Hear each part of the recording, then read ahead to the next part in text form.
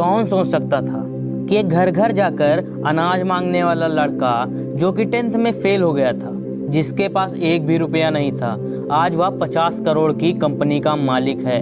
घनघोर गरीबी से निकलकर आज करोड़ों का साम्राज्य खड़ा करने वाले रेणुका आराध्य जी करोड़ों लोगों के लिए प्रेरणा स्रोत हैं। रेणुका आराध्य जी का जन्म बेंगलोर के पास कोपसांद्र गांव में हुआ।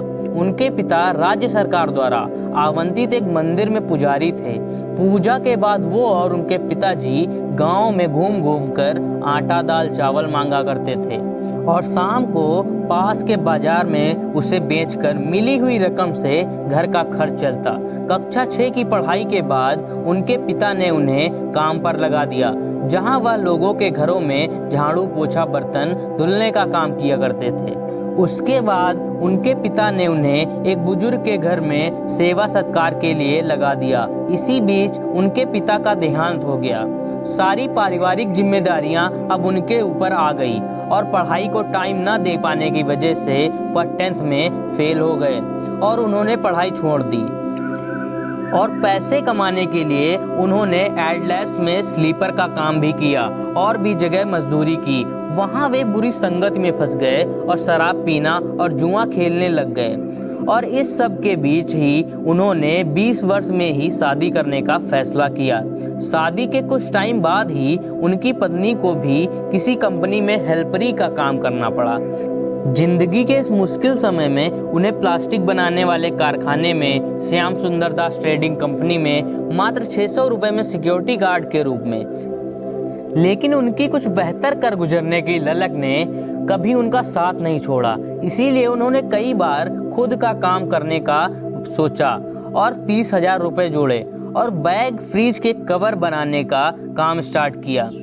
उनकी पत्नी घर पर सिलाई करती और वह बाजार जाकर उन्हें बेचते। लेकिन उनका यह काम भी नहीं चला और सारा पैसा डूब गया। कहते हैं जब तक असफलता के कांटे पैरों में नहीं चुभते तब तक सफलता के फूल नहीं खिलते। इसीलिए व्यक्ति असफल होने पर कभी नहीं हारता, बल्कि हारता तो तब है जब वह सफलता पाने के लिए प्रयास करना बंद कर देता है। अधिकांश लोग असफल होने पर स्वयं को निराशावादी बना लेते हैं, लेकिन जो व्यक्ति अंधेरे पथ में भी दीपक बनकर अपनी राह तलाश लेता है, वास्तव में वही सफल और कर्मठ है। रेणुका के जीवन ने भी तब जाकर करवट ली जब उन्होंने सब कुछ छोड़कर ड्राइवर बनने का फैसला लिया। लेकिन उनके पास ड्राइविंग सीखने के लिए पैसे नहीं थे।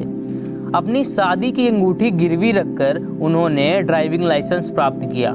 उसके बाद उन्हें ड्राइवर की नौकरी मिली, लेकिन उनके हाथों एक एक्सीडेंट हो गया और उन्हें नौकरी से निकाल दिया गया।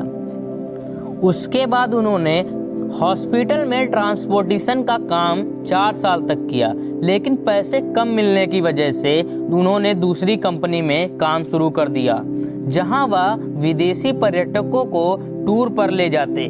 विदेशी पर्यटक उन्हें डॉलर्स में टिप भी देते।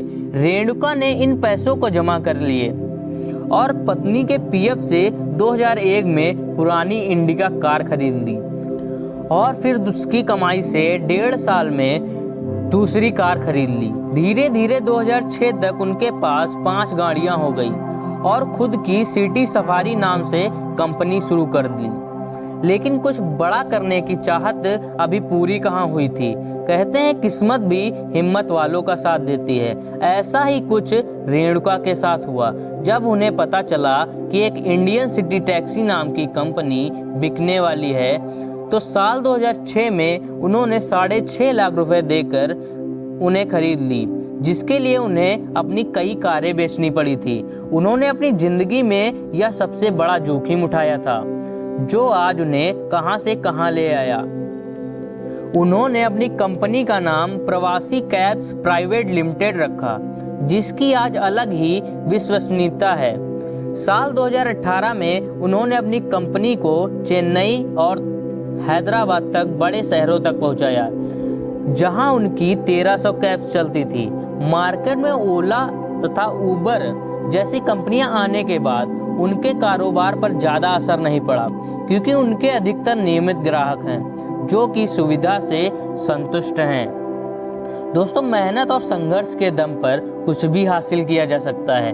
घर घर जाकर काम करने वाले रेणुका आराध्य जी ने 50 करोड़ का बिजनेस खड़ा करके यह साबित कर दिया है। रेणुका आराध्य जी की रियल लाइफ स्टोरी आपको कैसी लगी, कमेंट बॉक्स में ज़रूर बताएं। और ऐसी ही वीडियोस देखने के लिए चैनल को सब्सक्राइब कीजिए और बेल आइकन को प्रेस कीजिए।